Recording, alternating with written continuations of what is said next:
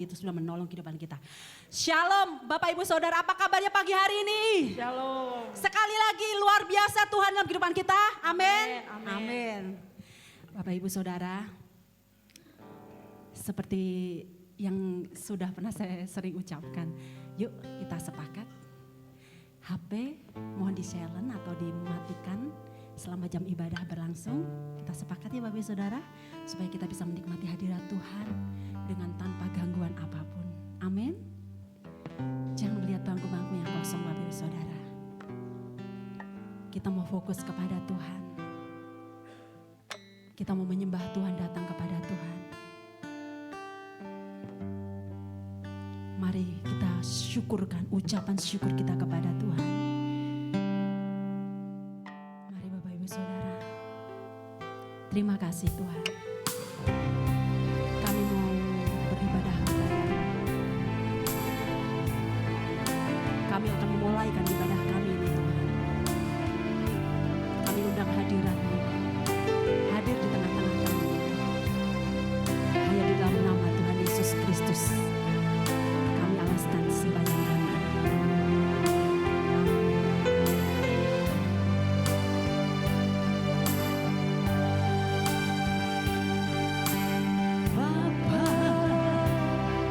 Persembahkan tubuhku sebagai persembahan yang hidup, kudus dan yang berkenan padamu, sebagai ibadah yang sejati. Bapa, ku persembahkan.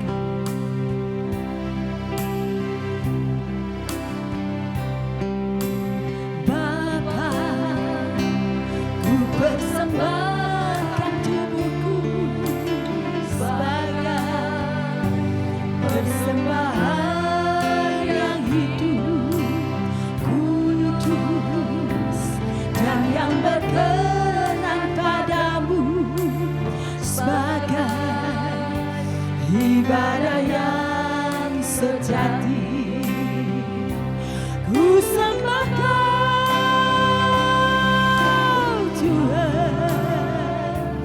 ku sembahkan Yesus, ku serahkan hidupku kepadamu untuk kemuliaan nama-Mu. Bapa, ku persembahkan tubuhku sebagai persembahan yang hidup, kudus dan yang berkenan padamu, sebagai ibadah yang sejati. Ku sembahkan Tuhan, ku sembahkan Yesus, ku serahkan hidupku kepadamu untuk kemuliaan. Ku sembah Kau Tuhan.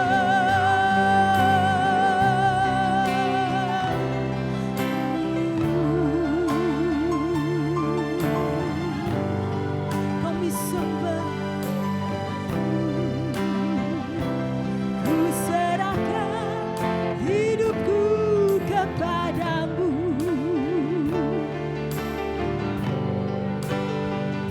Kalau berkenan saya jemput untuk bangkit berdiri Bapak Ibu Saudara. Bapa, ku persembahkan tubuhku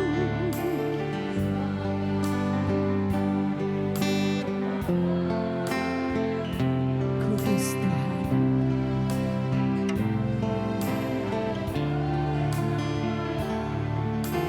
sebagai ibadah yang ku sembahkan, ku sembahkan. Kami sembah-Mu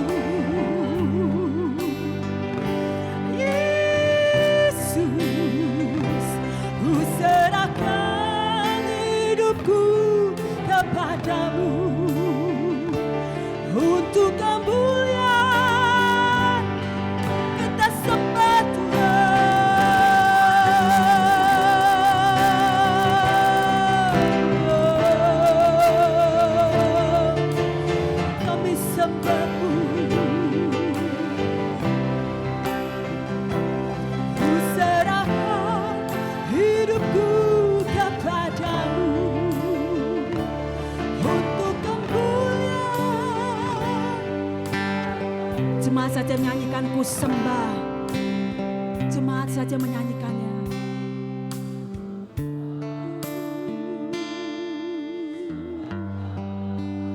Lihatlah setiap suara umat-Mu Tuhan.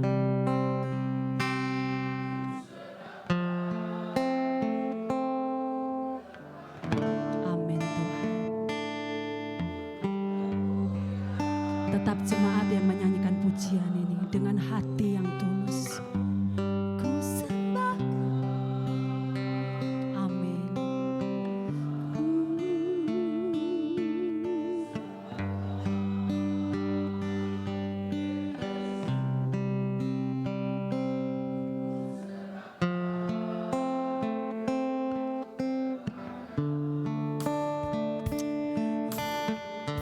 Katakan bersama-sama Bapak Ibu Saudara, kita angkat tangan kita di hadapan Tuhan.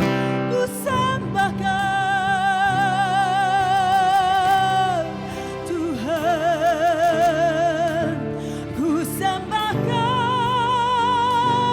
Yesus, ku serahkan hidupku kepadamu untuk kemuliaan. Sekali lagi katakan dengan iman kita, ku sembah.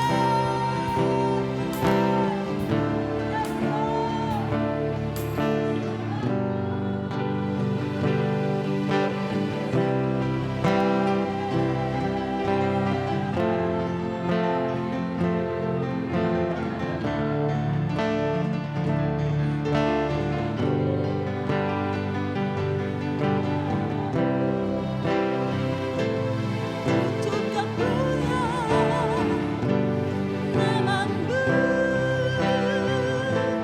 untuk kemuliaan namamu. Beri kemuliaan bagi Tuhan, sembah Dia. Mari kita angkat penyembahan kita di hadapan Tuhan pagi hari ini. Bebaskan roh kita menyembah Tuhan. Haleluya. Sembah Tuhan.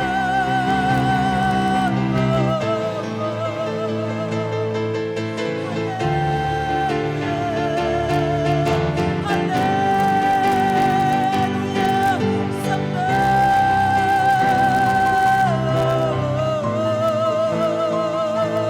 Tinggikan namanya. Haleluya.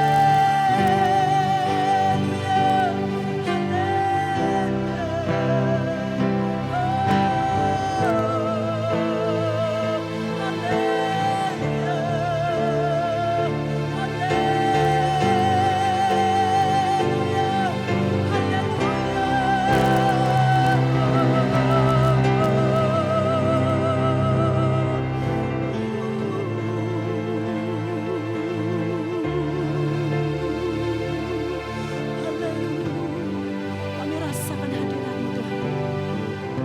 Kami rasakan hadirat-Mu. Kami rasakan hadirat-Mu di tengah-tengah kami. Hadirat-Mu Tuhan, ku rasakan. Yes Lord, kekudusan-Mu penuhi kami Tuhan. Kami rindu selalu. Ku rindu selalu diam dalam bait-Mu, menikmati kasih anugerah-Mu.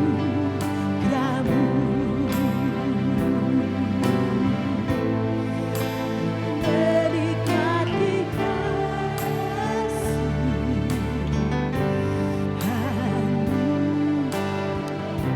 menikmati kasih, menikmati kasih. Beri kemuliaan bagi Tuhan. Mari Bapak Ibu Saudara, beri kemuliaan bagi Tuhan Yesus. Haleluya. Haleluya.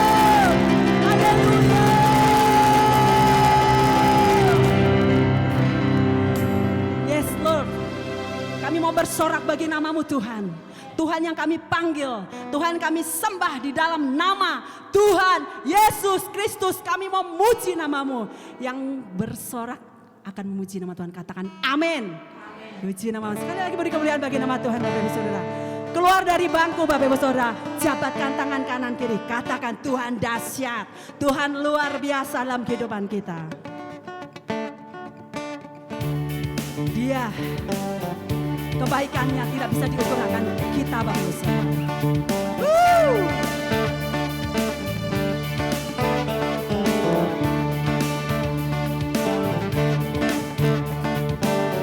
Dalamnya kasih sejati, betapa besarnya kebaikan, hidupku dipenuhi kemuliaan-Mu. Katakan dengan iman, betapa dalamnya, betapa besarnya kebaikan-Mu, hidupku dipenuhi kemuliaan. Oh Yesus Tuhanku, sempurnalah, sempurnalah kehidupanku. Sejak Kau hadir dalam hatiku, Kau perhatikanku setiap waktu. Oh sungguh indahnya Yesus, betapa dalamnya,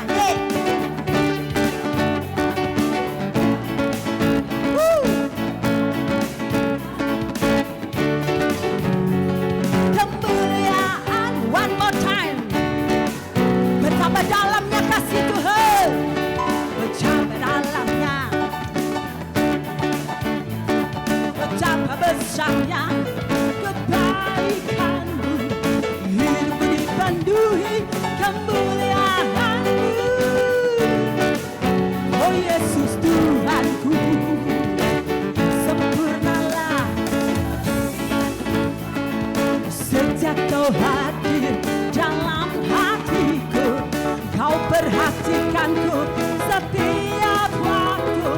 Oh sungguh indahnya Yesus Tuhanku, sempurnalah kehidupanku.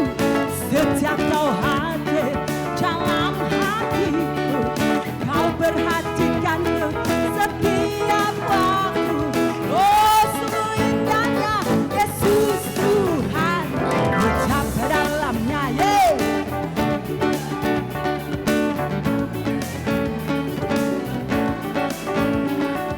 hidupku dipenuhi kemuliaan-Mu.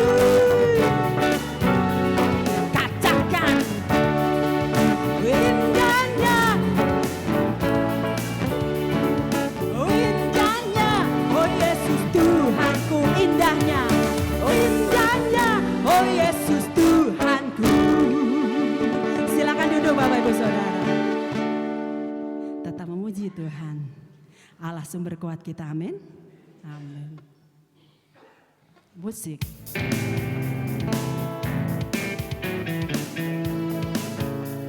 Kami mau tetap bersorak bagi nama-Mu Tuhan. Tidak ada Allah seperti Engkau, Engkaulah sumber kekuatan kami.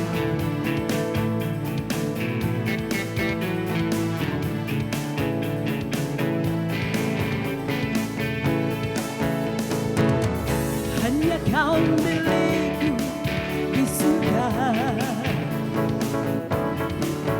tiada yang ku ingini di bumi, hanyalah Kau.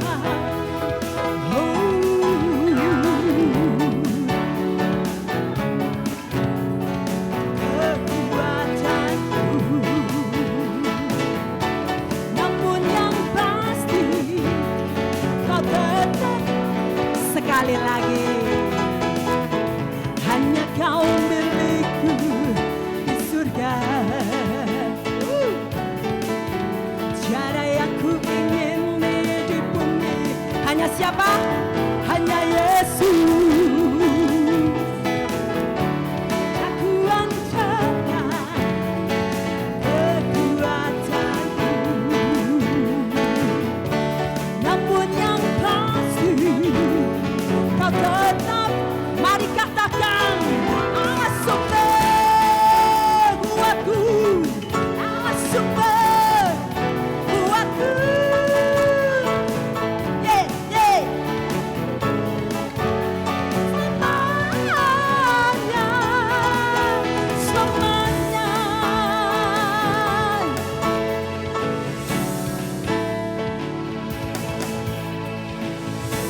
hanya Kau milikku.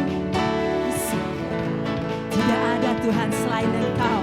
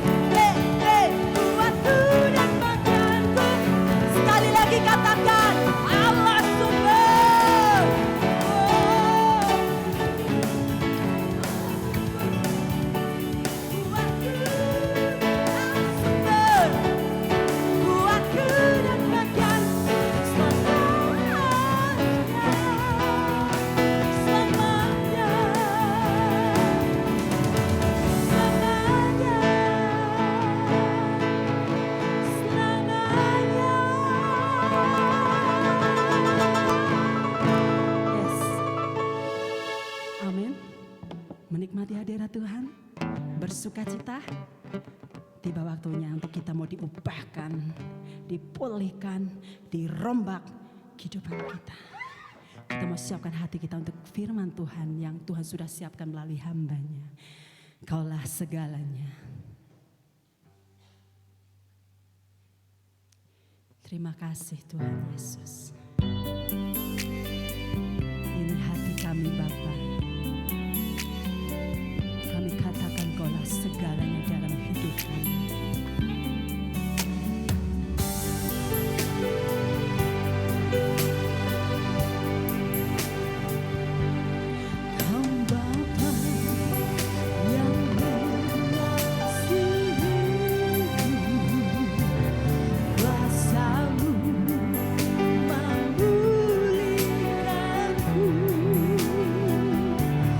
Hati yang baru kau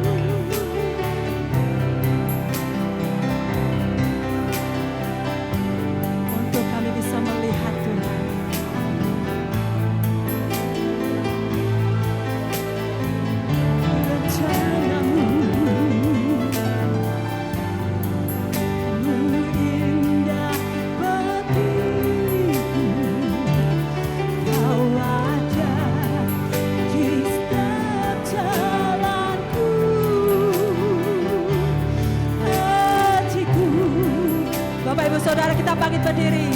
Apa akan engkau?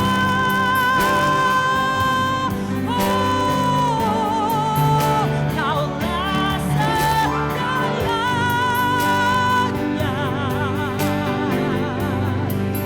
di dalam hidup.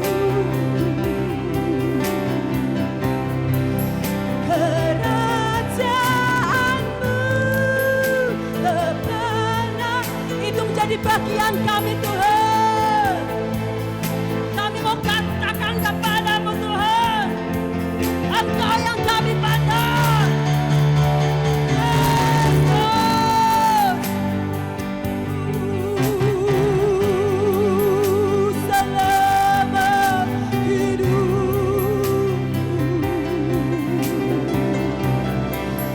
mengasihimu, memuliakanmu. Sekali lagi katakan, kaulah segalanya Tuhan. Kaulah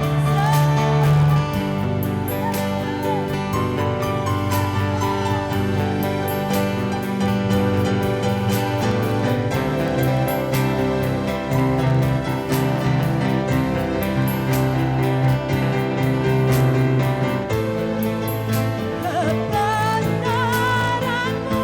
Persilakan hambanya.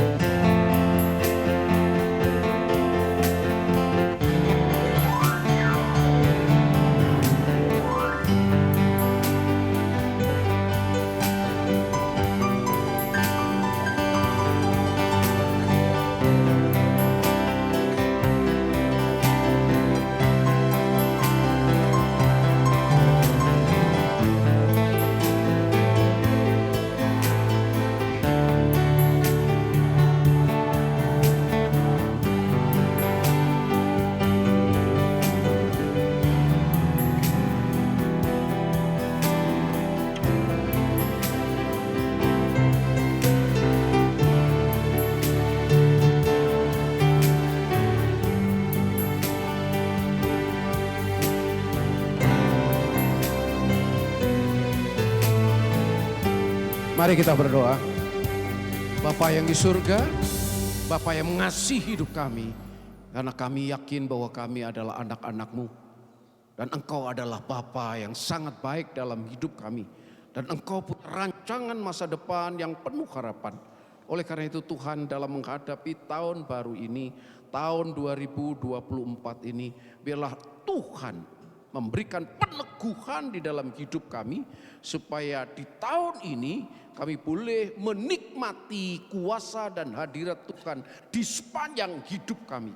Oleh karena itu ya Tuhan, hadirlah di dalam ibadah kami, berbicaralah, berfirmanlah, teguhkan iman kami, sehingga perspektif kami sebagai anak-anak Tuhan boleh diteguhkan oleh Tuhan, dibenarkan dan diluruskan, sehingga dengan demikian kuasa-Mu nyata dalam hidup kami, dan hidup kami berbahagia apapun yang Tuhan izinkan terjadi di tahun 2024 ini. Terima kasih ya Roh Kudus, berbicaralah kepada kami, dan kami rindu melihat mujizat-Mu.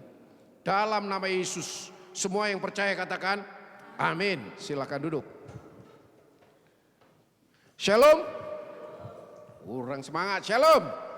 Ya, saudara, yang kasih dalam Tuhan, selamat tahun baru, karena saya di tahun baru ini baru kali ini untuk datang di tempat ini. Saudara, di tahun 2024, di tahun yang baru ini, apa yang menjadi doa saudara?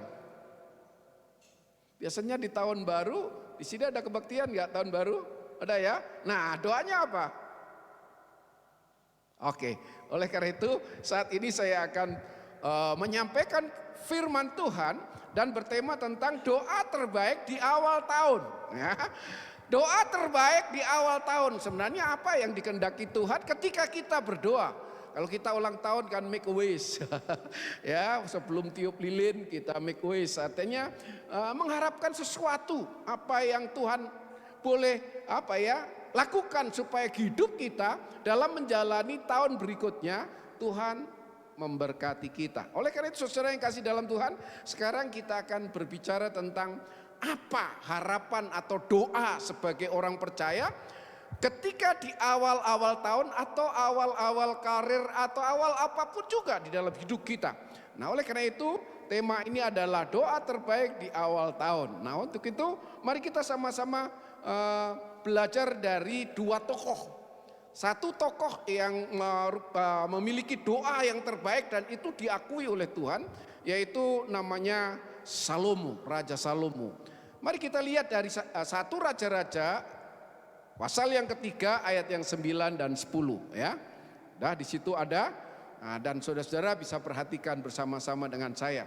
Firman Tuhan mengatakan demikian, berfirman satu Raja-Raja 3 ayat 9 dan 10. Maka berikanlah kepada hambamu ini Salomo hati yang faham menimbang perkara untuk menghakimi umatmu dengan dapat membedakan antara yang baik dan yang jahat. Sebab siapakah yang sanggup menghakimi umatmu yang sangat besar ini? Lalu adalah baik di mata Tuhan bahwa Salomo meminta hal yang demikian. Perhatikan baik ya. Saya ulang ya, kata Tuhan mengatakan begini. Lalu adalah baik di mata Tuhan bahwa Salomo meminta hal yang demikian. Saya kasih dalam Tuhan, Salomo pada waktu itu sudah ditabiskan untuk menjadi raja. Wah, kurang apa ini raja ya?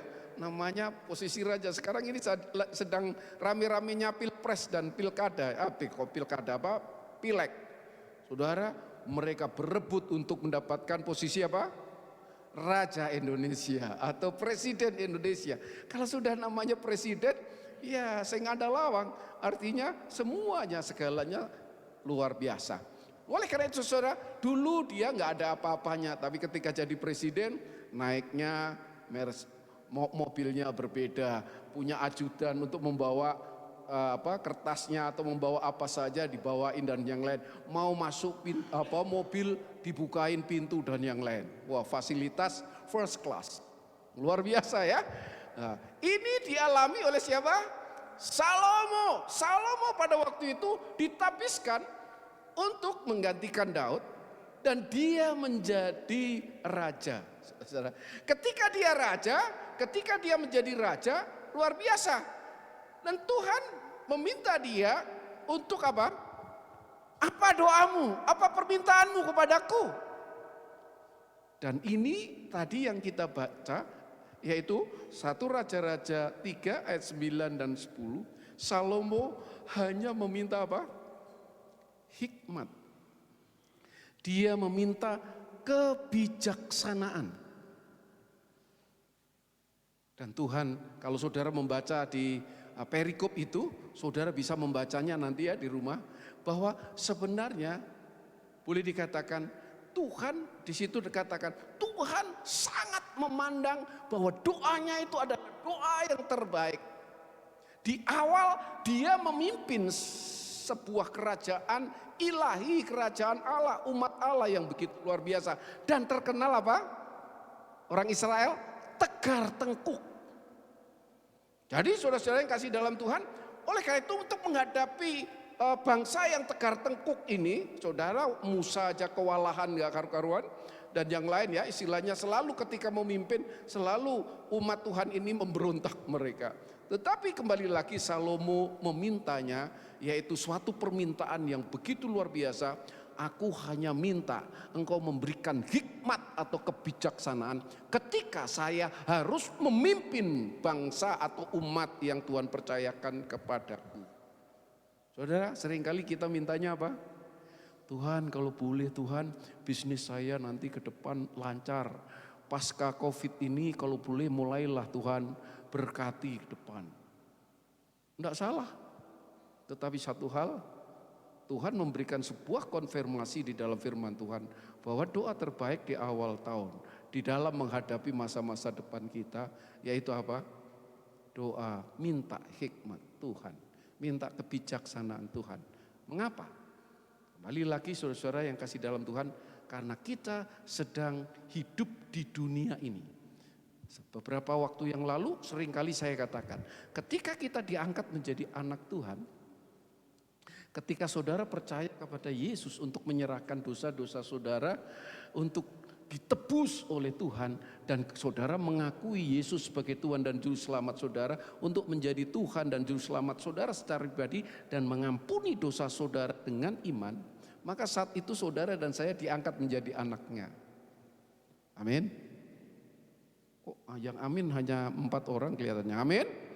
Nah begitu, karena hal ini fundamental. Kalau saudara nggak yakin bahwa saudara anak Allah, ya saudara tidak akan memiliki sebuah iman terhadap bapak saudara yang sangat baik. Kalau saudara nggak yakin bahwa saya ini anak bapak saya, maka saudara nggak yakin apa yang dirancangkan bapak saudara terhadap saudara. Oleh karena itu, fondasi awal pertama yang harus kita miliki adalah aku percaya dan bahwa saya ini dulunya brengsek, tetapi karena bapak saya begitu mengasihi saya sehingga mengorbankan anaknya untuk menebus dosa saya dan mengangkat saya dari lubang lumpur dosa dan dijadikan saya anaknya. Nah, kalau saya adalah anak Tuhan, perhatikan baik-baik. Siapa yang sudah punya anak? Punya doa apa terhadap anaknya? Tuhan kalau bisa ya terserahlah Tuhan mau jadikan apa, mau jadi pengemis kek, mau jadi gelandangan kek, begitu kak? Nggak mungkin, nggak mungkin. Seorang tua sejahat-jahatnya apapun juga kepengen anaknya itu berhasil, amin. Ingin anaknya itu sukses dalam studi, kalau bisa nanti sukses dalam bisnis, atau bahkan kalau bisa jadi presiden Amerika di Indonesia atau bagaimana, nggak ada yang mustahil. Karena banyak orang yang menjadi migran di Amerika dan banyak orang-orang yang dari bukan orang Amerika jadi migran akhirnya sekarang nyalonkan diri. Dan di Inggris juga kan sekarang Inggris presidennya bukan orang asli Inggris tetapi orang India. Saudara-saudara yang kasih dalam Tuhan, tidak ada yang mustahil bagi Tuhan.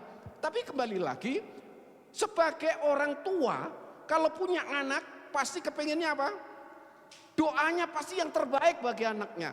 Dia punya rancangan untuk anaknya supaya lebih baik. Bapak saya itu, orang tua saya, bapak ibu saya itu punya anak hanya 12. Bayangkan saudara, hanya 12. Bayangkan bagaimana mikirnya. Bapak saya itu hanya mantri suntik. Tahu mantri suntik? Ya nurse apa kalau sekarang perawat, juru rawat, tapi dulu itu wakilnya dokter gitu. Karena dokter waktu tahun 51 kan jarang sekali. Di desa saya itu hanya bapak saya yang mewakil karena di kabupaten baru ada dokter. Sehingga bapak saya itu istilahnya pegawai rumah sakit yang pada saat itu belum ada dokter, sehingga beliau mewakili dokter. Sehingga yang menyembuhkan orang-orang yang ada, yang merawat orang-orang itu ya hanya mantri. Kalau dulu istilahnya mantri suntik, mantri apa ya, yang suka menginjeksi, istilahnya itu suntik itu menginjeksi. Jadi bapak, tapi anaknya 12, bayangkan saudara, uang dari mana, bagaimana anak ini nanti jadi baik semua. Tapi jangan lupa saudara-saudara, doa bapak ibu saya tidak pernah, oh ya sudahlah anak ini yang paling nakal ini biar jadi bandit gitu. Tidak akan pernah. Kepengen supaya yang paling nakal sekalipun inginnya jadi baik, bertobat. Setuju? Nah apalagi bapak kita yang di surga. Pertanyaannya, saudara yakin gak saudara adalah anak bapak? Nah itu yang harus pertama, yang saudara harus miliki keyakinan. Karena kalau saudara gak yakin bahwa saudara adalah milik Tuhan, saudara telah ditebus dengan darahnya, dengan harga yang tak ternilai, mahal harganya, yaitu darah Tuhan Yesus. Masa saudara, masa depan saudara gak akan dijamin oleh Tuhan? Amin. Nah oleh karena itu mari kita belajar untuk supaya kita berdoa sesuai dengan apa yang Tuhan inginkan, yang terbaik di dalam doa di awal tahun ataupun doa kita dalam mengawali sesuatu. Mari kita mulai. Kita belajar dari seorang tokoh yang sangat luar biasa, namanya Ayub. Ayub 1 ayat 1 sampai 8 saya bacakan ya. Ada seorang laki-laki di tanah Uz bernama Ayub. Orang itu saleh dan jujur. Ia takut akan Tuhan dan menjauhi kejahatan. Hebat enggak ini? Oke, luar biasa. Kira-kira kalau di gereja ini dia jadi apa? Majelis ya. Paling enggak ketua majelis. Pak Herman tergeser. Orang yang begitu salehnya, begitu luar biasa. Oke, ini yang mengatakan Tuhan loh, bukan. Berarti dikonfirmasi bahwa orang ini bukan hanya percaya sama Tuhan, tetapi hidupnya menurut kehendak Tuhan. Harusnya hidupnya gimana? Baik-baik ya, lihat baik-baik. Ayat yang ketiga. Ia memiliki 7.000 ekor kambing domba, 3.000 ekor unta, 500 pasang lembu, 500 keledai, betina dan budak-budak dalam jumlah yang sangat besar. Sehingga orang itu adalah yang terkaya dari semua orang di sebelah timur. Anak-anaknya yang laki-laki biasa mengadakan pesta di rumah mereka masing-masing menurut giliran, dan ketiga saudara perempuan mereka diundang untuk makan dan minum bersama-sama mereka. Setiap kali apabila hari-hari pesta telah berlalu, Ayub bapaknya itu memanggil mereka, anak-anaknya itu, dan mengkuduskan mereka. Keesokan harinya, pagi-pagi bangunlah Ayub lalu mempersembahkan korban bakaran sebanyak jumlah mereka atau anak-anak sekalian. Sebab pikirnya Ayub, mungkin anak-anakku sudah berbuat dosa pada waktu pesta itu ya, dan telah mengutuki Allah di dalam hatinya. Demikianlah dilakukan Ayub senantiasa. Jadi ketika Ayub selalu berpikir supaya anak-anaknya itu selalu hidup di dalam pengampunan Allah, hidup di dalam rancangan Allah, sehingga dia ketika melakukan hal-hal yang tidak diberkenan di hadapan Tuhan, maka Ayub sebagai orang tua mewakili anak-anaknya mengadakan istilahnya korban bakaran untuk apa? Penghapus dosa bagi anak-anaknya. Pikir baik-baik. Saudara dikarunia juga ya. Apa yang saudara lakukan apakah sama dengan Ayub? Perhatikan yang berikutnya. Ayat 7. Maka bentar dulu, ayat berapa tadi? 6 ya. Pada suatu hari datanglah anak-anak Allah menghadap Tuhan, dan di antara mereka datanglah juga iblis. Maka bertanyalah Tuhan kepada iblis, "Dari mana engkau?" Lalu jawab iblis kepada Tuhan, "Dari perjalanan mengelilingi dan menjelajah bumi." Berarti iblis ini suka traveling ya. Hati-hati yang suka traveling ini hampir sama berarti ya. Enggak, saya aja bercanda ya. Iblis suka traveling. Berarti anak-anak Tuhan yang suka traveling, hati-hati iblis ada di sana. Ayat 8 ya. Ayat 8. Lalu bertanyalah Tuhan kepada iblis, "Apakah engkau memperhatikan hambaku Ayub?" Bayangkan Ayub disebut oleh Tuhan, dia hambaku ya. Terus dikatakan, "Sebab tiada seorang pun di bumi," bayangkan, "seperti dia," seperti Ayub, "yang demikian saleh dan jujur, yang takut akan Allah dan menjauhi kejahatan." Wow, kalau kira-kira saudara punya kriteria anak semacam Ayub, kira-kira saudara pernah nggak nyakitin dia? Izinkan orang menyakiti dia? Wah, berarti memang saudara-saudara ini orang tua yang hebat ya.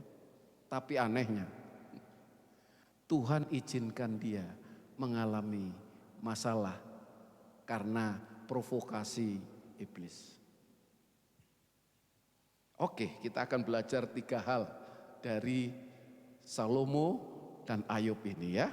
Untuk memiliki hati yang bijaksana, hati yang berhikmat Tuhan, hikmat yang datang dari Tuhan untuk menghadapi dunia ini sehingga dia akhirnya dipakai Tuhan secara luar biasa. Yang pertama, prinsip yang pertama bahwa orang percaya itu pasti diberkati oleh Tuhan. Amin. Ayub diberkati Tuhan enggak? Bayangkan dia dikatakan oleh Tuhan terkaya di wilayah timur. Konglomerat pertama. Luar biasa ya. Berarti diberkati Tuhan? Sangat diberkati oleh Tuhan.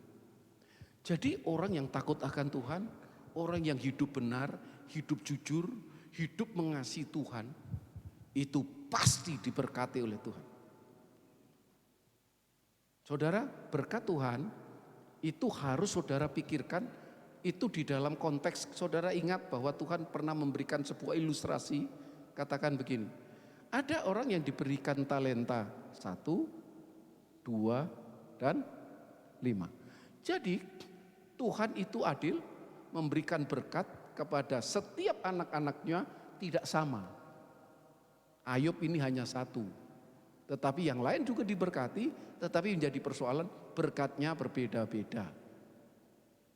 Jangan saudara mengembangkan sikap iri hati.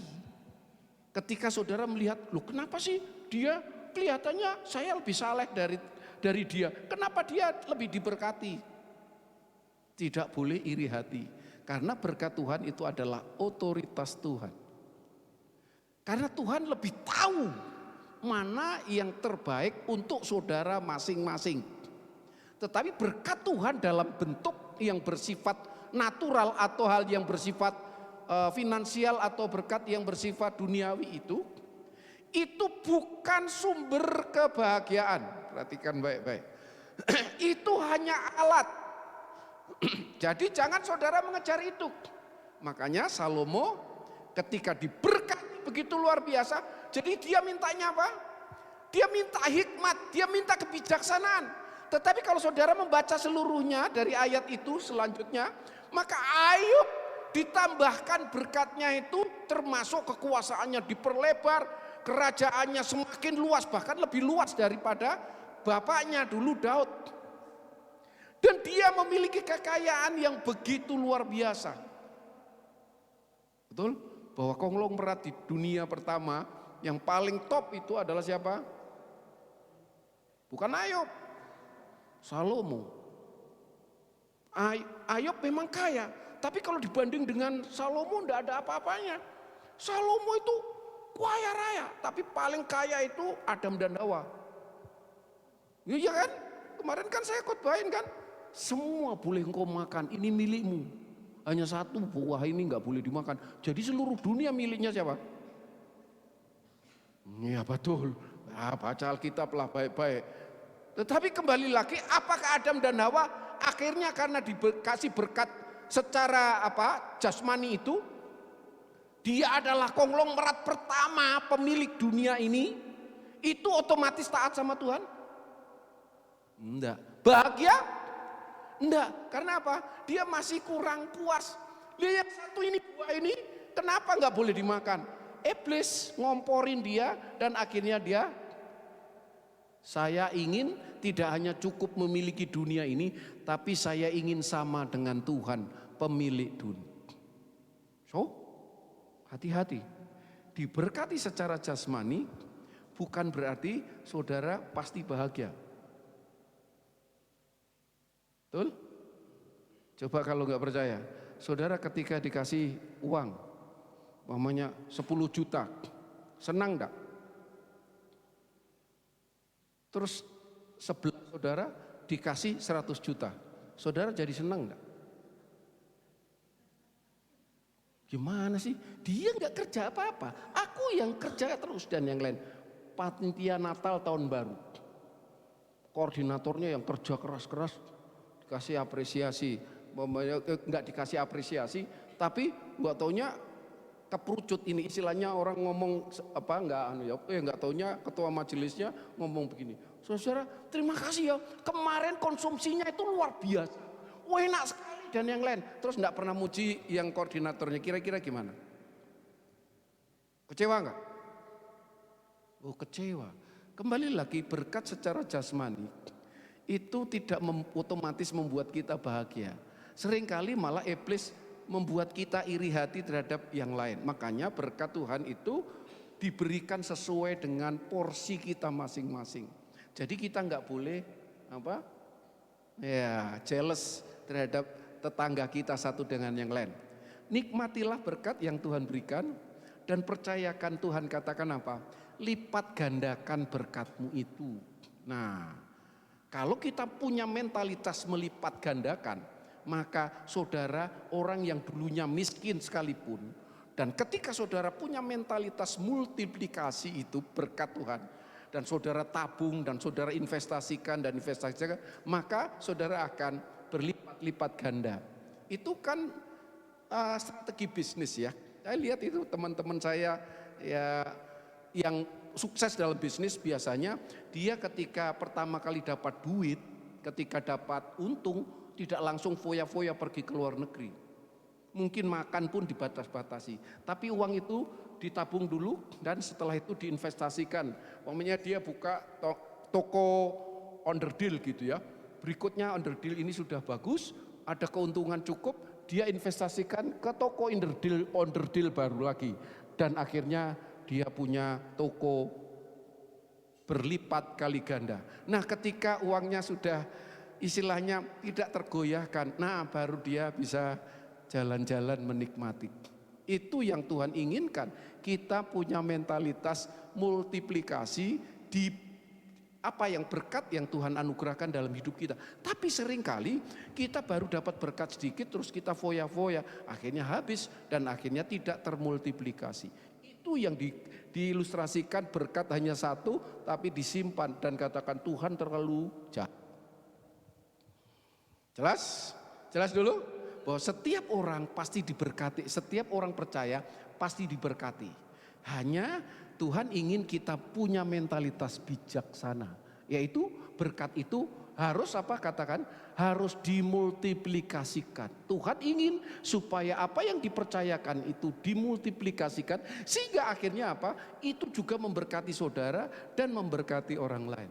Kalau doi saudara semakin banyak, saudara kan dengan murah hati juga untuk memberi. Tapi kalau saudara doi sedikit, rasa-rasanya juga berat. Hanya hati, kasihan ya orang itu, oh kasihan, tapi nggak bisa memberi. Karena apa? Saudara tidak memiliki multiplikasi berkat. Oleh karena itu saudara yang kasih di dalam Tuhan, mari perhatikan baik-baik. Di Yeremia 17 ayat 7-8, ini ayat yang sangat terkenal. Orang yang mengandalkan Tuhan pasti akan diberkati.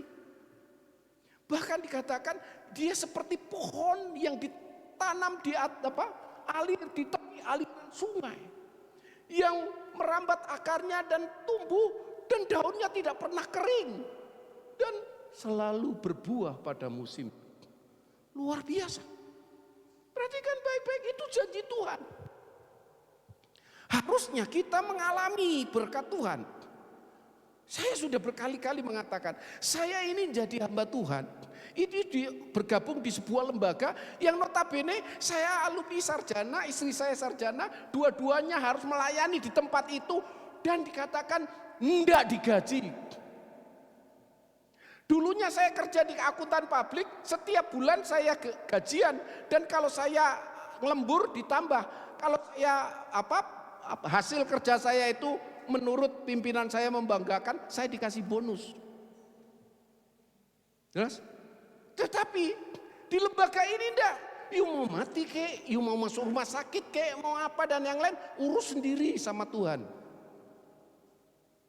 Dan kamu harus taat pada aturan dari lembaga ini. Oh, kalau ada yang mau, daftar ke saya. Tapi kalau umurnya sudah tua-tua enggak boleh. Harus fresh graduate atau paling enggak lah baru 5 tahun selesai dari sarjana. Ya bolehlah 10 tahun boleh, sehingga masih punya waktu untuk melayani.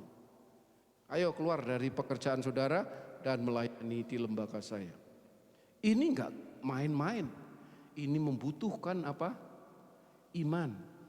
mempercayai Tuhan bahwa Bapakku yang kulayani, bosku yang baru yang sulayani, itu adalah pencipta bosku yang lama, yang dulu baik hati.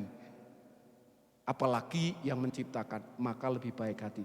Maka saudara lihat bahwa saya kelihatannya kayak orang miskin yang butuh belas kasihan saudara.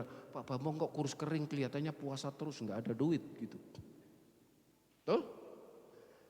Ini yang pertama, ingat, orang yang takut akan Tuhan hidup benar, sungguh mengandalkan Tuhan, Tuhan berkati.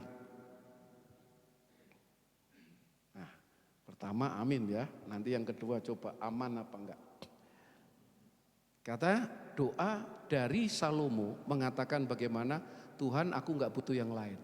Aku butuh satu yang utama, yaitu berikan hati yang bijaksana dalam mengambil segala keputusan. Karena apa? Hidup kita ini adalah rentetan dari segala keputusan. Saya tanya, saudara datang ke sini tadi mengambil keputusan enggak? Mau datang atau enggak?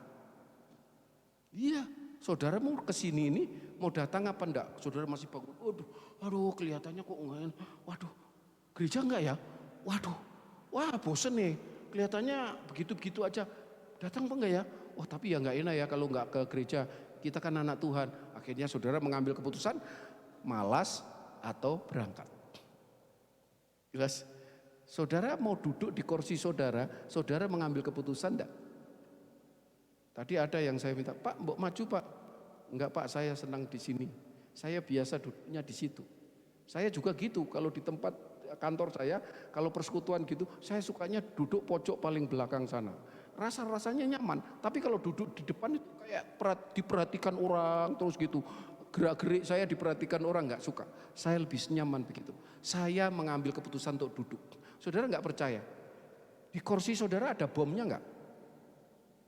Kok saudara yakin langsung duduk? Itu keputusan. Saudara yakin bahwa kursi yang akan saudara duduk dan saudara pilih itu adalah nyaman. Jadi setiap langkah, setiap detik saudara harus mengambil keputusan. Nah ini dibutuhkan bukan hanya kepandaian, tetapi kebijaksanaan, wisdom. Nah, oleh karena itu saudara perhatikan, di perjanjian lama, siapa ini? Salomo sudah memberikan sebuah contoh yang begitu luar biasa. Dan itu diperjelas oleh Tuhan Yesus. Matius 6 ayat 33, ayat yang terkenal. Ayo ngomong, 1, 2, 3. Enggak ada di situ. 1, 2, 3. Carilah dahulu kerajaan Allah dan kebenarannya, maka semuanya akan ditambahkan kepadamu. Mintalah hikmat Tuhan, mintalah hati Tuhan, mintalah kehendak Tuhan, mintalah apa yang menjadi rancangan Tuhan dalam hidup saudara. Saudara mengerti apa yang menyenangkan hati Tuhan, apa yang enggak menyenangkan hati Tuhan, itu yang harusnya saudara pahami terlebih dahulu melalui firman-Nya.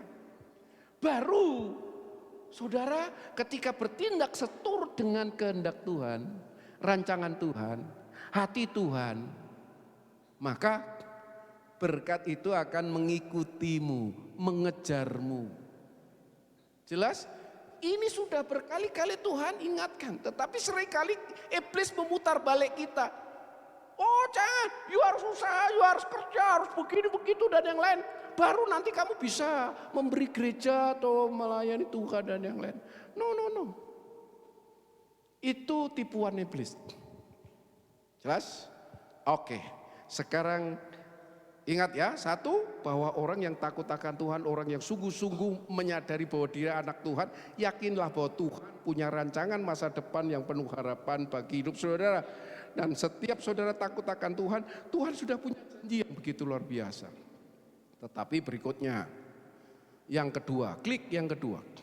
Yang kedua adalah orang hidup benar, orang yang takut akan Tuhan, anak Tuhan yang sangat dikasihi, dapat mengalami cobaan. Amin. Oke, kalau gitu coba baca Matius 10 ayat 16. 10 ayat 16.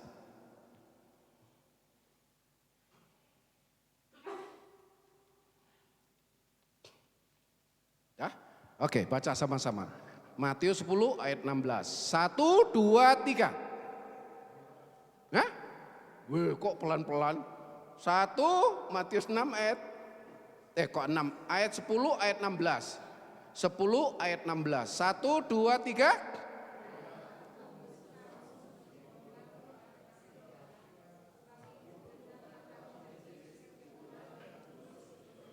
Iya, Tuhan itu yang mengatakannya, Tuhan Yesus yang mengatakannya. Hei anak-anakku, kamu itu domba. Kamu itu domba-dombaku. Oke? Tapi aku mengutus kamu selama kamu masih ada di dunia ini. Kamu kuutus di tengah-tengah apa? Mbak Sri. Oke?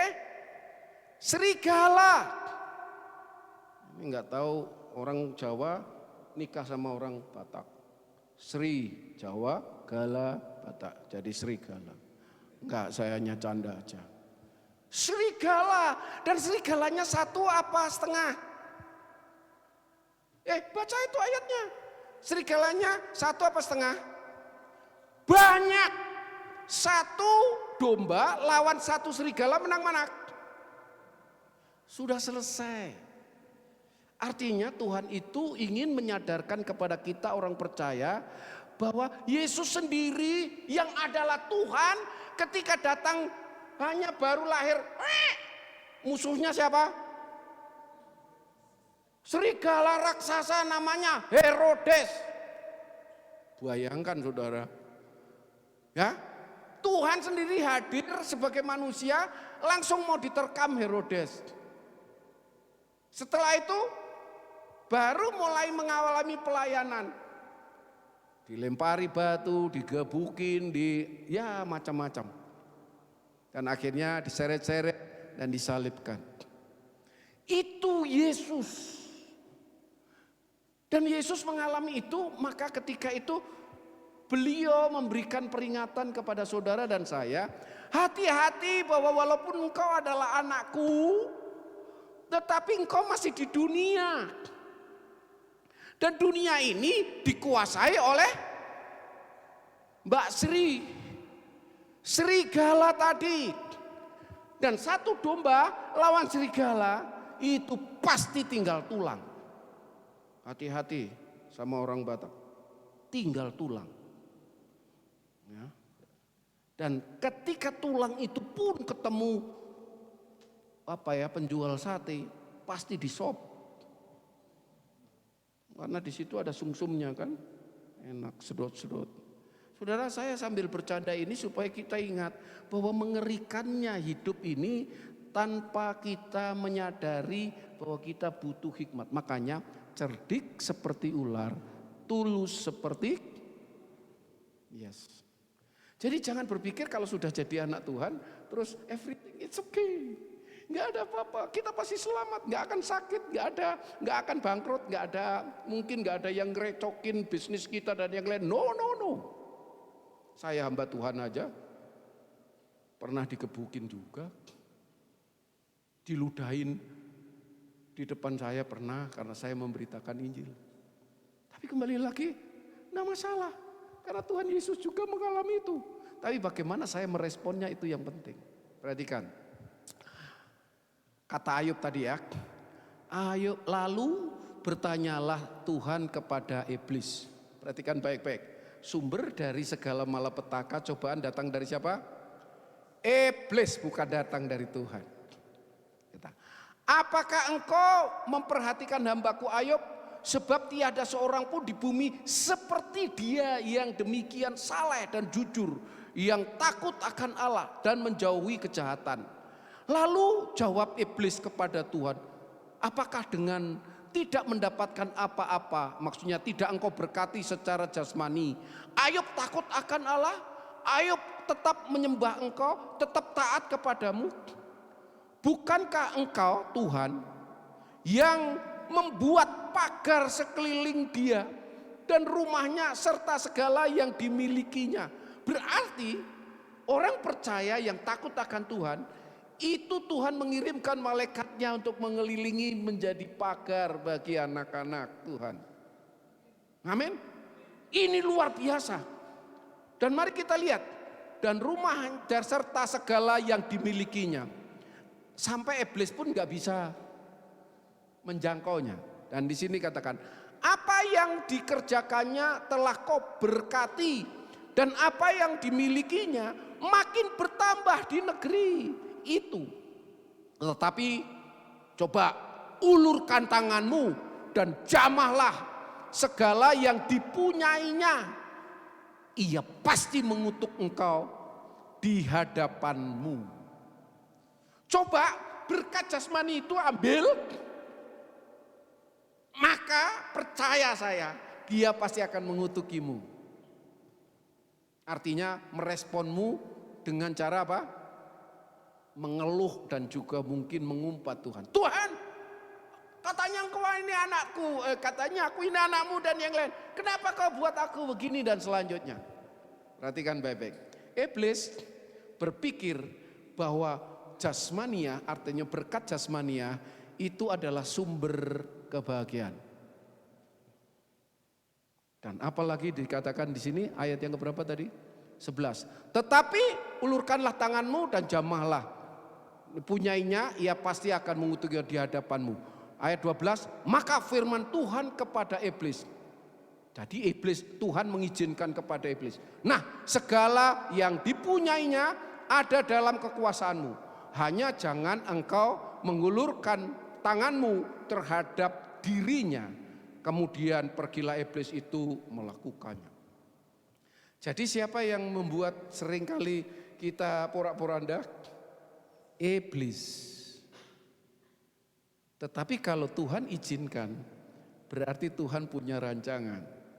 Tuhan percaya bahwa ujian iblis itu tidak akan menghancurkan saudara, tapi bahkan akan memproses saudara untuk menjadi pribadi yang lebih mulia. Perhatikan baik-baik. Bayangkan kejadiannya ini akhirnya bagaimana? Ayub mengalami apa? Bangkrut, total bangkrut. Diserang dari tentara A, B, C, D, kanan, kiri, kanan, dan yang lain. Kalau saudara baca selanjutnya. Terus bukan hanya itu. Anak-anaknya dibunuh. Mati semua. Bayangkan saudara. Kalau harta oke lah. Tapi mosok anakku kok ambil juga. Selesai semua. Tuhan izinkan itu. Tapi yang melakukan siapa? Iblis. Tapi sebelumnya Tuhan membentengi. Sehingga iblis pun tanpa seizin Tuhan tidak bisa menjamah Ayub dan keluarganya, termasuk berkatnya. Luar biasa ya. Dan oleh karena itu, oke, aku izinkan, tapi nyawanya jangan. Dan akhirnya terjadi apa? Iblis ini enggak puas-puas. Hartanya dihabisin, anak-anaknya dihabisin, istrinya menghina dia dan mengutuki dia supaya mengutuki Tuhan. Ini lebih dahsyat lagi. Istri dalam Alkitab disebut apa? Penolong. Tapi ini bertindak sebagai perongrong. Hanya gara-gara apa? Tidak siap untuk dia pikir bahwa berkat jasmani adalah sumber dari kebahagiaan. Akhirnya apa? Jasmania menjadi Tuhan daripada Tuhan adalah sumber dari segala berkat itu sendiri. Hati-hati, kebahagiaan saudara bergantung pada sumber, bukan berkatnya. Berikutnya ini, Filipi 1, Yakobus 1 ayat 2. Baca ya, di sini tidak ada, tolong baca. Kalau bisa, kalau ada yang suaranya keras, tolong dibacakan. Yakobus 1 ayat 2, agak cepat. 1, 2, 3. Loh, belum ketemu. 1, Yakobus 1 ayat 2. 1, 2, 3.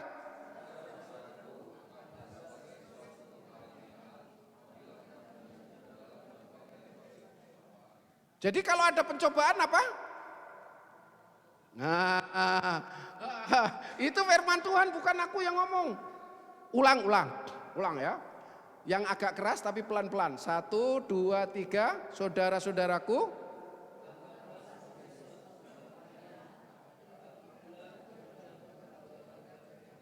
Oke. Kalau saudara sakit, kecenderungannya mengeluh atau bahagia? Mengeluh.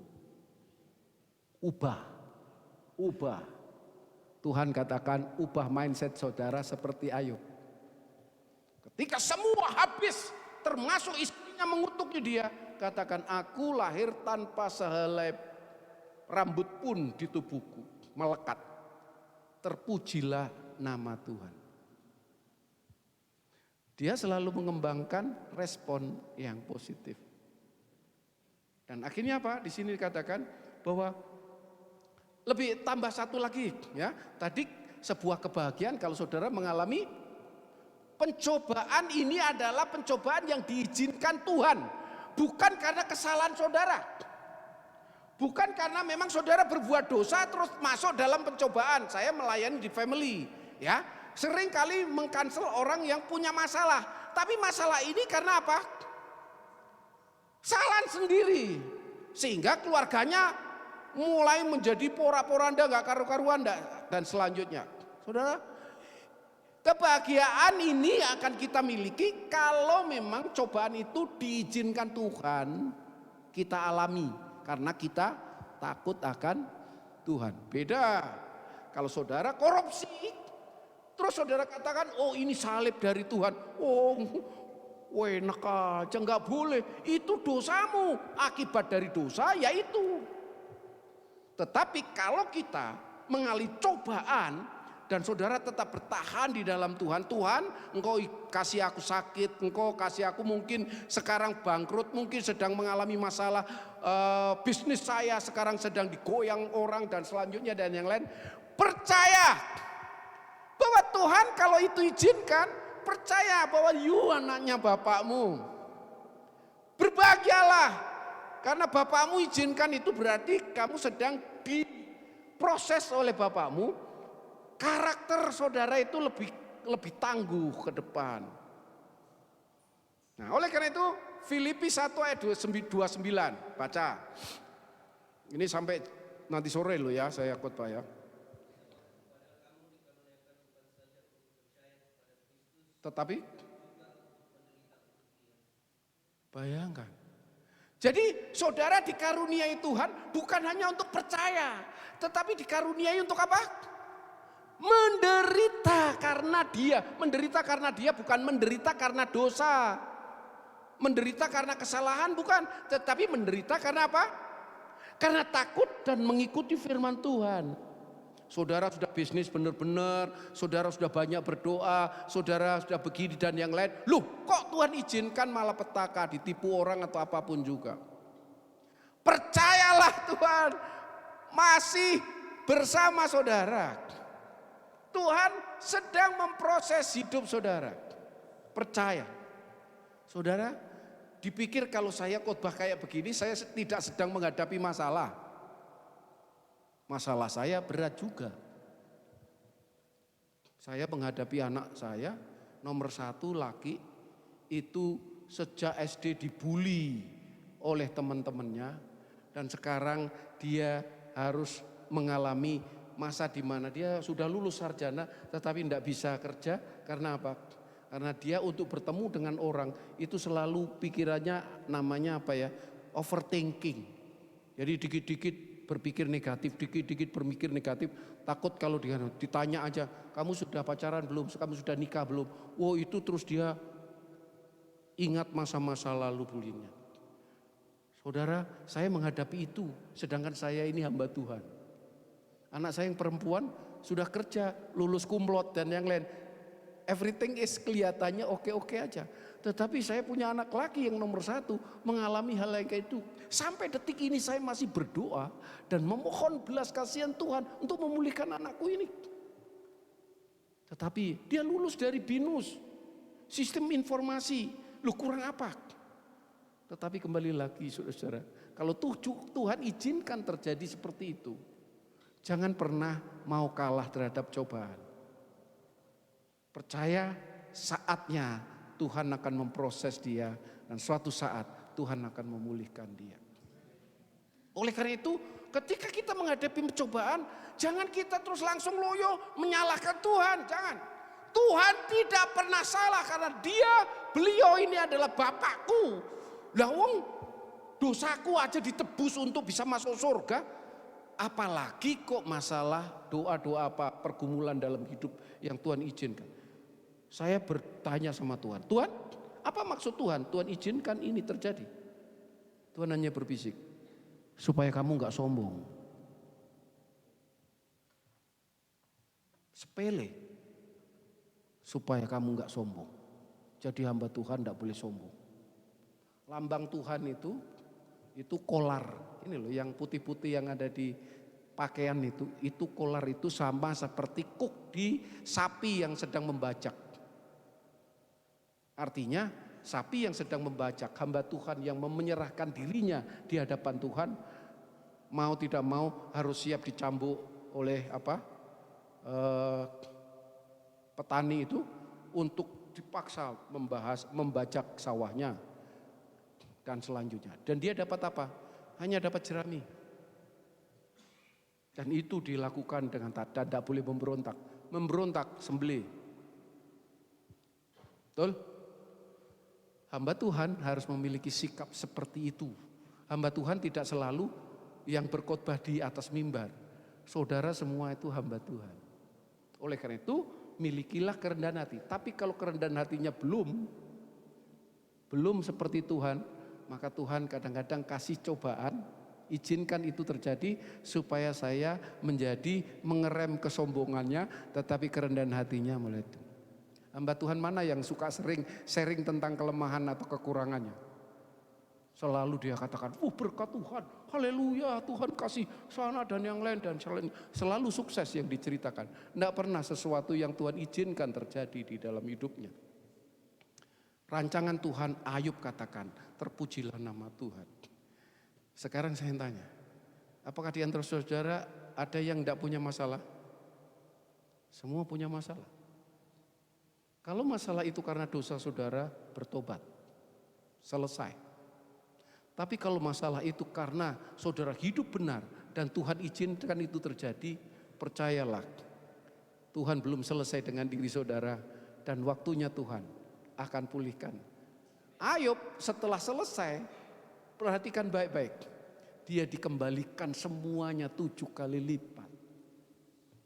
Bacalah Ayub itu, luar biasa ya. Makanya kembali lagi Ayub tidak terikat pada berkat, tetapi beliau terikat pada sang sumber berkat. Akhirnya dia berpikir bijak.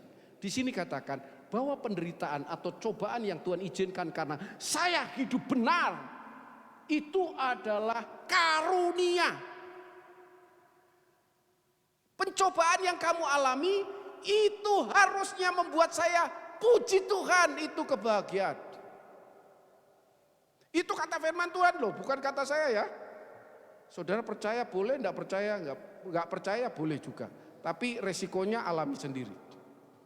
Saya lebih cenderung percaya sehingga saya bisa berkhotbah dengan berapi-api di tengah-tengah persoalan yang masih saya hadapi. Amin. Berikutnya, yang ketiga, yang terakhir. Berhikmat menghadapi cobaan. Jadi bukan masalah apa yang Tuhan izinkan terjadi dalam hidup saudara, berkat besar atau ujian cobaan yang Tuhan izinkan terjadi, tapi bagaimana kita meresponnya. Kalau kita punya berkat besar, terus cara meresponnya seperti istrinya Ayub, ya selesai. Tetapi kalau kita diberkati oleh Tuhan seperti itu dan responnya seperti Ayub, nah itu baru benar. Dan itu bisa menjadi berkat bagi banyak orang. Saya kemarin beberapa minggu yang berkhotbah tentang Tabita ya. Tabita itu seorang penjahit, perempuan penjahit yang enggak nikah atau enggak nikah, janda atau apa, karena dia disebutkan perempuan. Tetapi dia murah hati. Sampai ketika dia sakit dan mati, semua janda-janda di kampungnya itu menangis gak karuan. Tuhan, aku gak rela orang yang sebaik dia, engkau cepat-cepat panggil. Akhirnya Petrus datang dan mujizat Tuhan terjadi, dia bangkit. dihidupkan oleh Tuhan. Sampai pada level itu. Karena apa? Dia tidak terikat pada berkat jasmani, tetapi dia bagikan berkat itu karena dia tahu sumber berkat tidak pernah berhenti memberkatinya. Amin. Oleh karena itu, berhikmat menghadapi cobaan. Ayat yang ke-20 dari Ayub pasal 1. Maka berdirilah Ayub lalu mengoyakkan jubahnya dan mencukur kepalanya, kemudian sujudlah ia dan menyembah. Katanya, dengan telanjang aku keluar dari kandungan ibuku, dengan telanjang juga aku akan kembali ke dalamnya. Tuhan yang memberi, Tuhan yang mengambil, terpujilah nama Tuhan. Dalam kesemuanya itu Ayub tidak berbuat dosa dan tidak menuduh Allah berbuat yang kurang patut. Luar biasa ya. Milikilah sikap ini dalam meresponi apa yang Tuhan izinkan terjadi. Maka apa yang terjadi? Maka Tuhan akan. Ketika saudara menghadapi masalah, tolong baca Yakobus 1 ayat 5. Saudara perlu banyak berdoa untuk minta hikmat Tuhan. Yakobus 1 ayat 5. Tolong baca sama-sama ya. 1, 2, 3. Oh belum ketemu. Di sini gak ada. Saya hanya tulis saja Yakobus 1 ayat 5. 1, 2, 3.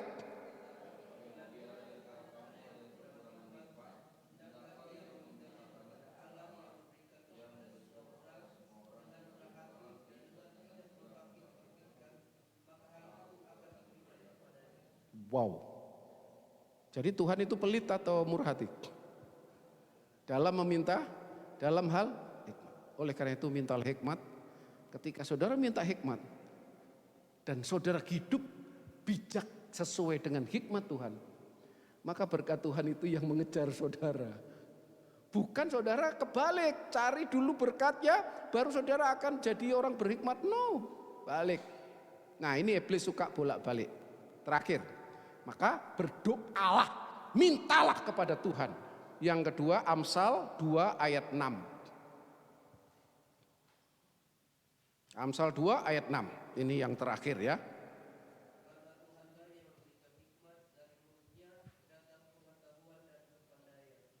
Ya. Jadi hikmat itu datang dari siapa? Oleh karena itu mintalah pada Tuhan, dan hikmat itu lebih daripada kepandaian. Di Indonesia ini banyak orang pandai. Profesor terlalu banyak. Kita pernah punya presiden profesor. Sebentar lagi ini kandidat wakil presiden profesor. Calon presidennya doktor dan selanjutnya. Pintar. Tapi belum tentu bahwa orang pintar itu bijaksana. Sehingga baru mau nyalon aja diserang sana, saling nyerang, menunjukkan bahwa hidup kita banyak diwarnai ketidakbijaksanaan. Mengapa? Karena kita tidak memintanya, dan meminta melalui doa, tetapi juga kita harus belajar melalui firman-Nya, karena firman-Nya itu adalah sumber dari hikmat Tuhan. Saudara mau diberkati? Dan saudara mau dijagai oleh malaikat-malaikat Tuhan seperti Ayub. Tapi izinkan Tuhan juga. Ketika Tuhan izinkan bahwa terjadi pencobaan-pencobaan yang Tuhan izinkan dalam hidup saudara, walaupun hidup saudara sudah takut akan Tuhan, percayalah Tuhan tidak pernah salah, dan Tuhan sedang memproses saudara untuk mengalami mujizat Tuhan yang lebih dahsyat ke depan. Kiranya Tuhan memberkati saudara. Tolong klik satu film 3 menit. Tolong yang terakhir itu, tolong tinggal klik aja. Bisa nggak? Nggak pakai suara enggak apa-apa.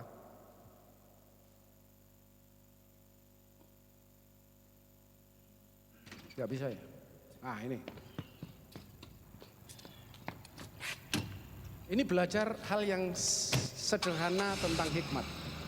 Nah ini orang berangkat kerja, nggak taunya baru mau mundurin mobil, keluarin mobil, ada anak nakal yang suka ganggu dia keluar mobil. Jengkel dia. If they're ever at home. Dia jengkel. pusing. What is up with the Sampai traffic today? tempat It's always, every day, this intersection ada is always tempat crowded. apa? I hate Parkir. pulling out of here. Nggak taunya These are these dumb roads. ya traffic dulu. Wah, traffic. Terus dapat tempat, diserobot orang. Okay, so I'm not Ini even here. bukan orang Cipanas yang suka nyerobot-nyerobot gitu. Terus Great, sudah jengkel, dia nggak dapat dan orang Princess of perempuan itu santai aja nggak minta maaf. Take this spot. Dia masuk What do you be lapar kan, nah, masuk di kafe. Oh, Dia mau, Kidding me? crowded, unbelievable. penuh ternyata. Waduh, akhirnya nunggu dan waktu giliran dia, Let's see, what do I giliran dia, nggak taunya ada orang nggak tahu diri, Yeah, rombol no lagi. problem, only guy in the world. Sure you need Semakin your jengkel dia. world, your Ya, oyster. dia nggak merasa bersalah. Sedangkan ini orang bule biasanya kan aturannya bagus sekali. Nah terus apa? Dia waktunya dia. Oh nggak taunya dia pesen. Oh sorry. Ternyata you harus waiting list karena makanannya habis. Nah, dia nunggu. Dengan nunggu yang sangat kesel dari rentetan masalah tadi. Datanglah sosok malaikat. Malaikat itu tidak selalu putih ya.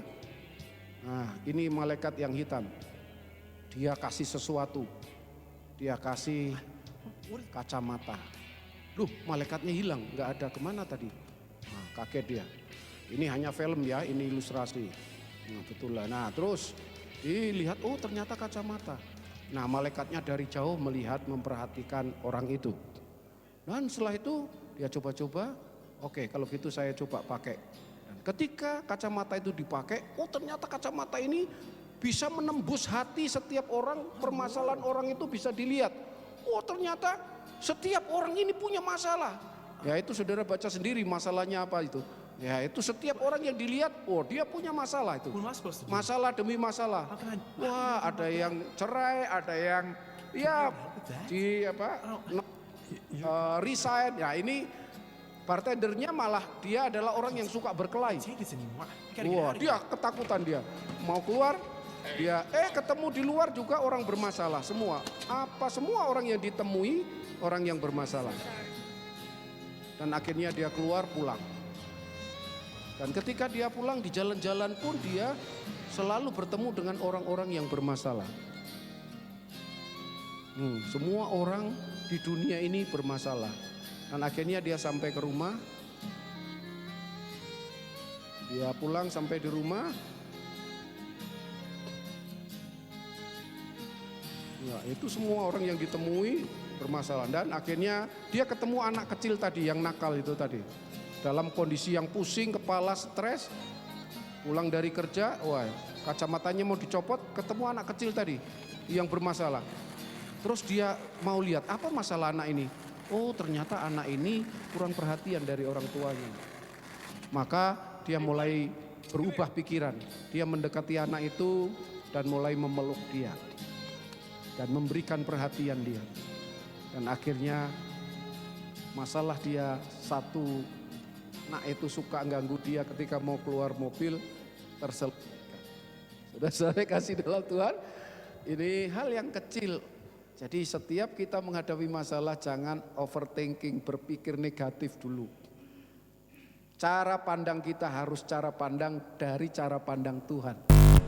Dengan cara pandang Tuhan itulah maka kita bisa menjadi problem solver bukan problem maker. Kiranya Tuhan memberkati kita semua. Amin. Kami serahkan mana WL dan MC. Mari sebelum kita berdoa. Bapak yang di surga, terima kasih. Biarlah firman-Mu Engkau teguhkan di dalam hati dan pikiran kami. Dan ubah pola pikir kami ketika kami menanggapi masalah berkat maupun juga pencobaan-pencobaan yang sudah Tuhan izinkan.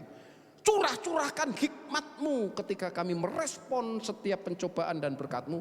Sehingga hati kami menjadi hati bijaksana dan kami akan terus diberkati oleh Tuhan. Amin. Puji nama Tuhan. Boleh angkat tangannya diberkati Tuhan. Mau menjadi pelaku-pelaku firman Tuhan. pasti diberkati. Janji Tuhan iya dan amin. Tapi lakukan bagian kita, Tuhan akan melakukan bagiannya. Amin. Kita akan sebelum memberikan persembahan dan pengumuman sebentar. Kita akan melihat pengumuman dari Ko Hiram, dipersilahkan.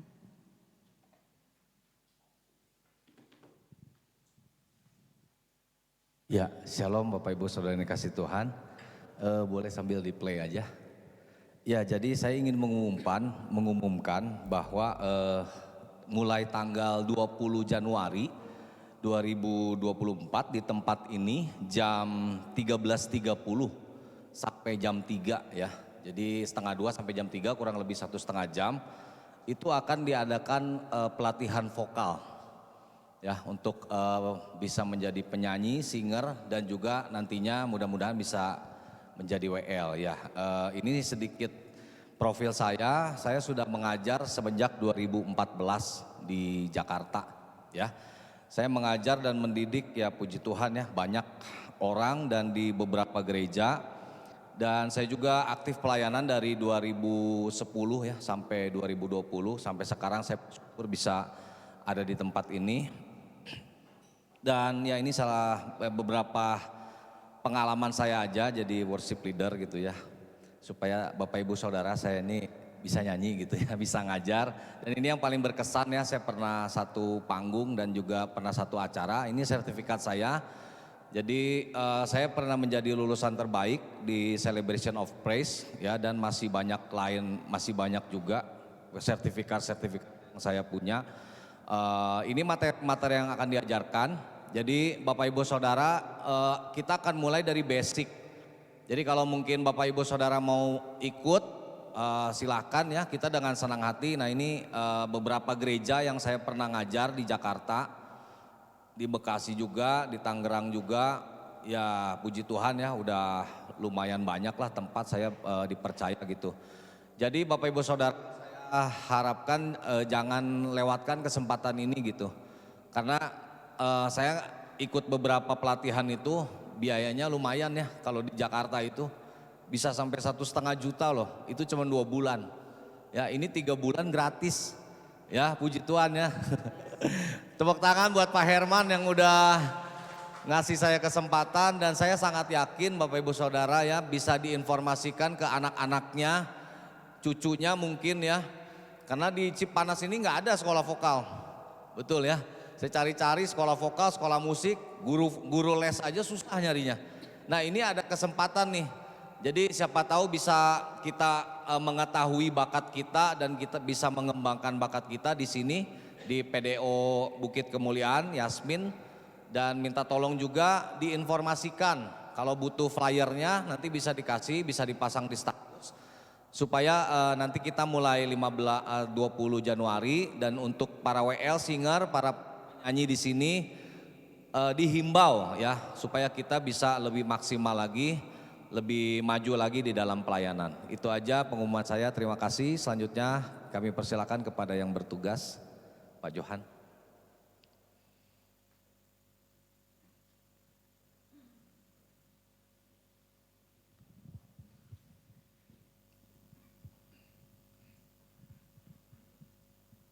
Shalom, saudara-saudara.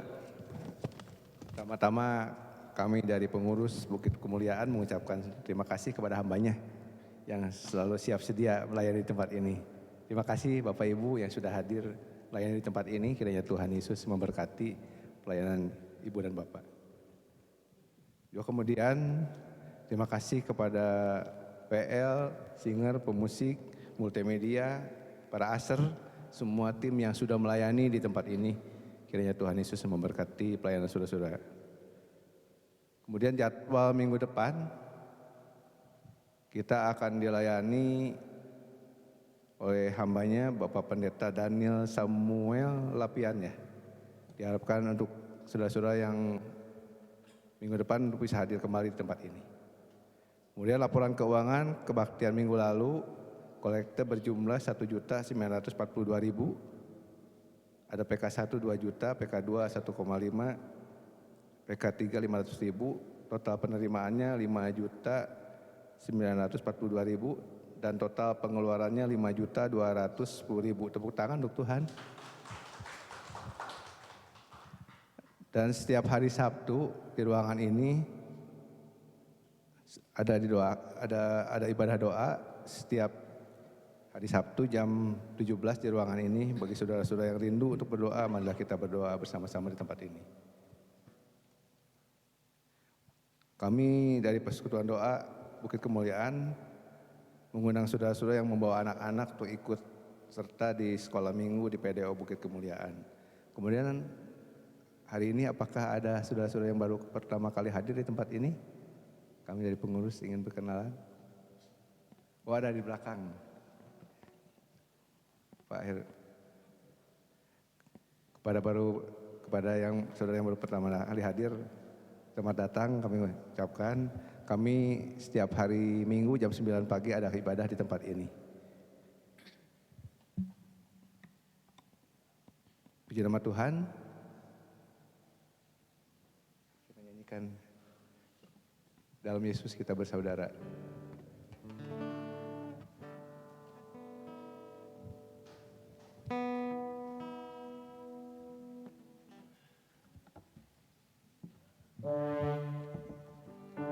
Dalam Yesus kita bersaudara. Dalam Yesus kita bersaudara. Dalam Yesus kita bersaudara. Sekarang dan selamanya. Dalam Yesus kita bersaudara. Kepada Bapak Ibu yang sudah hadir, kami mengucapkan selamat datang. Kiranya kalau ada waktu di tempat ini, boleh bersama-sama kembali ibadah minggu depan. Puji nama Tuhan. Sebentar kita akan memberikan korban syukur kita kepada Tuhan. Marilah kita berdoa. Bapa di sorga, Bapa kami yang baik, kami sungguh mengucap syukur ya Tuhan untuk siang hari ini Tuhan. Karena siang ini adalah siang berkat bagi kami. Kami telah diberkati dengan firman-Mu Tuhan, yang telah disampaikan oleh hamba-Mu Tuhan, Bapak Bambang Siswanto. Kiranya Tuhan yang memberkati hamba-Mu Tuhan lebih lagi untuk kemuliaan nama Tuhan. Terima kasih Bapak, sebagai ucapan syukur kami di siang hari ini Tuhan, kami rindu memberikan korban syukur kami rindu memberikan yang terbaik. Semuanya untuk kemuliaan nama-Mu. Hanya di dalam nama Tuhan Yesus kami berdoa dan mengucap syukur. Haleluya. Amin. Selamat memberi, Tuhan Yesus memberkati. Saya serahkan kembali kepada worship leader. Kita akan waktunya untuk memberikan persembahan, yang bertugas dipersilahkan.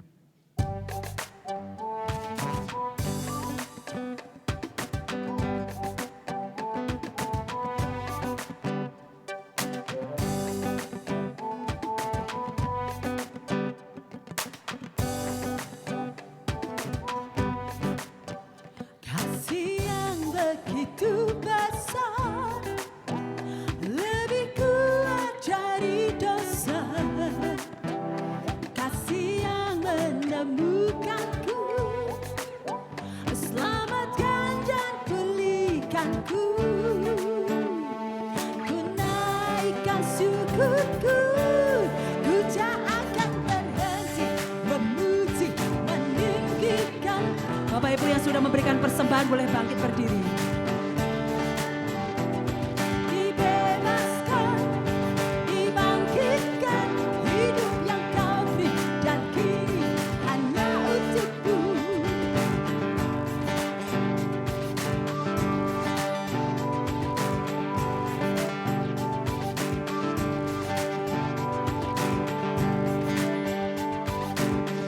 Begitu besar, lebih kuat dari dosa.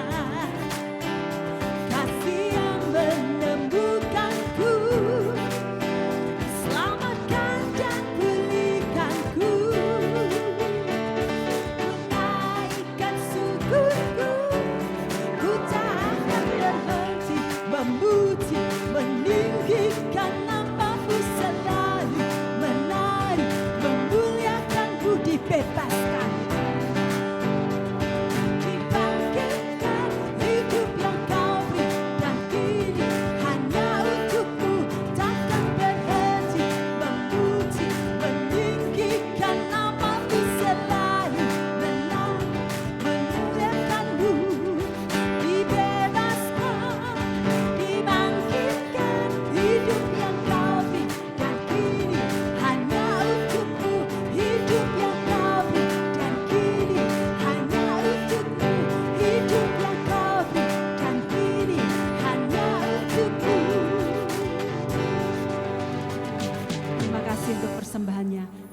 Tuhan sudah memberkati. Tetap bangkit berdiri, kita akan mengakhiri ibadah kita pada pagi hari ini.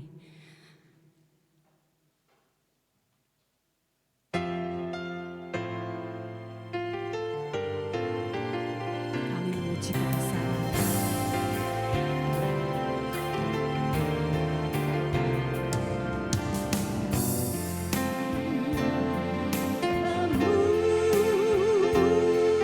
Memuji kebesaran-Mu,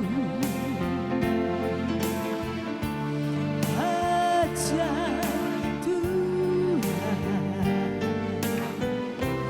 hajat Tuhan.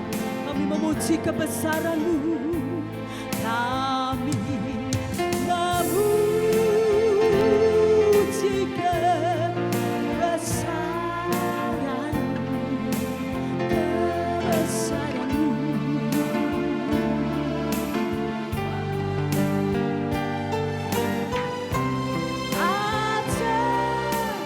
Hajat Tuhan, Silakan hambanya.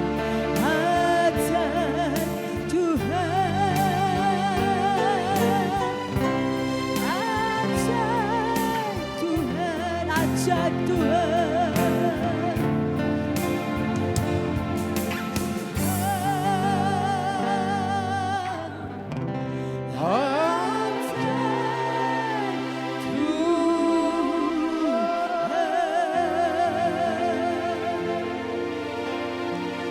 Mari kita beri.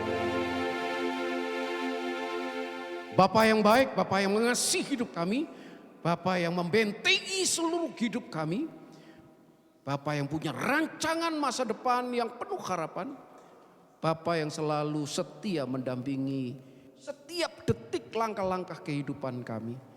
Kami memuji dan memuliakan nama-Mu, bersyukur karena Engkau telah hadir di tengah-tengah ibadah kami, dan Engkau telah memberkati kami, meneguhkan iman kami melalui firman-Mu, melalui puji-pujian, dan bahkan kami mengucap syukur.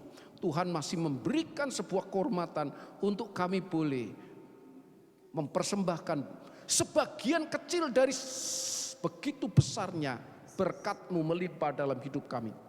Oleh karena itu kami serahkan seluruh persembahan kami ini di tangan kuasa-Mu untuk memberkatinya dan memakainya untuk menjadi alat berkat-Mu bagi dunia ini. Terima kasih Tuhan Yesus.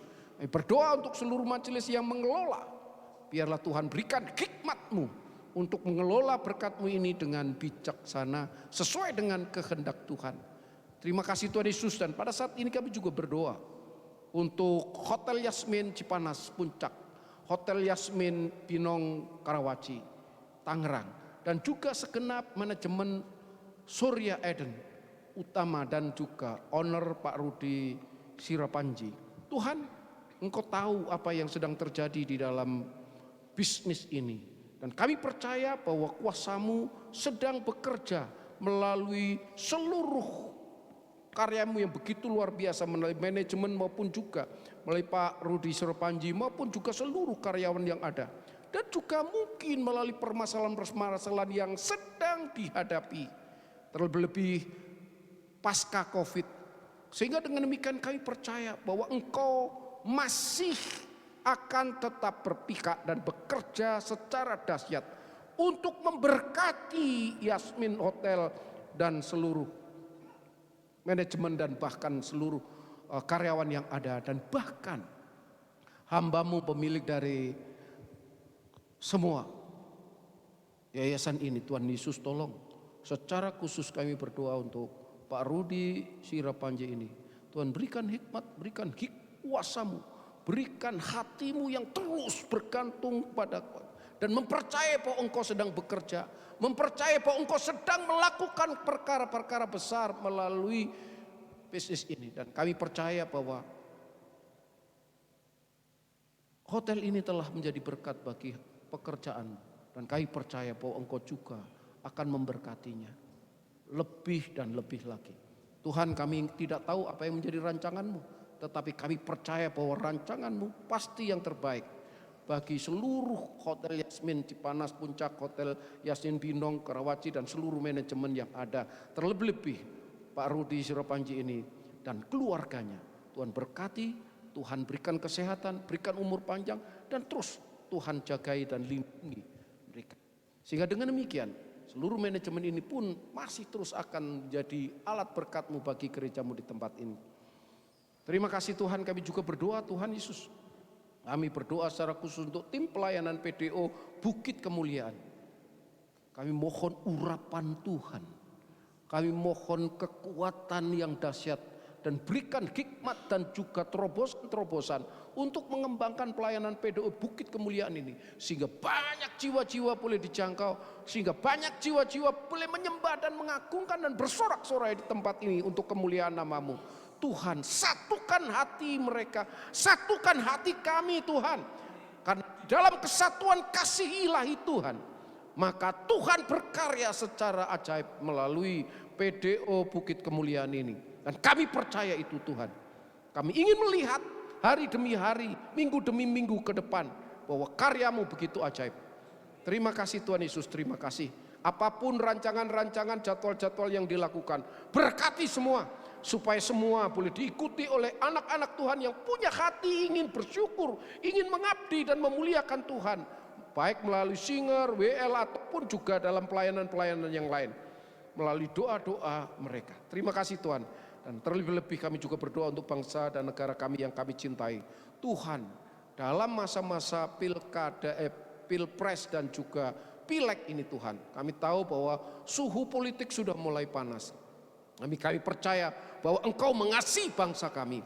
Dan Engkau sedang berkarya bagi bangsa kami. Dan Engkau akan memberkati bangsa kami. Kami beriman dan terus memohon belas kasihan-Mu. Supaya bangsa ini tetap utuh di dalam NKRI. Dan bangsa kami akan maju dan diberkati dan menjadi berkat bagi bangsa-bangsa lain. Terlebih anak-anak Tuhan yang ada di dalam sektor manapun juga. Tuhan berkati mereka supaya mereka menjadi berkat bagi bangsa kami. Sehingga dengan demikian bangsa kami akan semakin maju. Dan anak-anak Tuhan semakin terberkati oleh karenanya. Terima kasih Tuhan Yesus, terima kasih. Demikian juga kami berdoa untuk keluarga kami masing-masing. Tuhan, jemaat-Mu ini adalah terdiri dari keluarga-keluarga. Tuhan, kami rindu keluarga-keluarga ini diberkati oleh Tuhan. Diurapi oleh Tuhan. Dilindungi seperti Ayub dilindungi Tuhan. Salomo diberkati Tuhan, supaya mereka akhirnya juga dipakai Tuhan untuk memberkati gereja-Mu, memberkati banyak orang di dunia ini. Terima kasih Tuhan, dan kami percaya berkat-Mu sedang melimpah dalam kehidupan mereka. Kalau mereka sedang ada permasalahan atau pencobaan yang datang dari Tuhan, Tuhan pulihkan mereka, kuatkan mereka, urapi mereka untuk memiliki mindset seperti Ayub maupun Salomo. Sehingga akhirnya Tuhan memulihkan dan akhirnya memberkati mereka. Terima kasih Tuhan Yesus, terima kasih. Sebentar lagi kami akan mengundurkan tempat ibadah ini. Dan kami akan melanjutkan ibadah kami di dunia nyata. Di keluarga, di tempat kerja, tempat bisnis maupun dimanapun Tuhan utus. Oleh karena itu kami takut Tuhan, kami gentar karena kami menghadapi serigala-serigala yang ada di sekitar kami. Dan kami butuh berkat dan perlindungan Tuhan. Jemaat yang dikasihi oleh Tuhan, arahkanlah hati saudara dan terimalah berkatnya. Kiranya berkat ilahi yang datang dari Allah Bapa dan kasih karunia-Nya di dalam Tuhan kita Yesus Kristus dan penyertaan akan Roh-Nya yang kudus yang akan memberikan kuasa, memberikan kekuatan dan juga memberikan kesehatan untuk memampukan saudara untuk menjadi anak Allah yang penuh kuasa. Kiranya berkat ini engkau terima dari sekarang hingga Tuhan datang kembali. Semua yang percaya katakan amin. Tuhan berkati. Yesusku, terima kasih Yesusku. Puji syukur hanya bagi Tuhanku. Terima kasih Yesusku. Terima kasih Yesusku. Puji syukur hanya bagi Tuhanku. Puji syukur hanya bagi Tuhanku. Puji syukur hanya bagi Tuhanku. ibadah selesai, dipersilakan untuk duduk.